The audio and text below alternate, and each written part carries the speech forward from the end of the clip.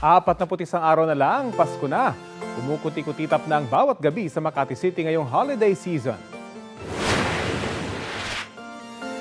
5, 4, 3, 2, 1. Christmas season has officially begun.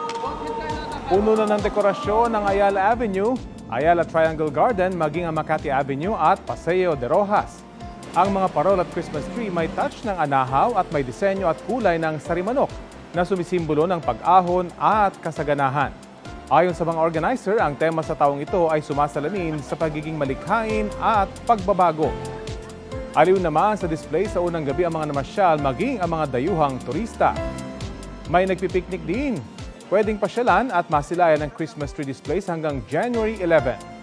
Wow na wow!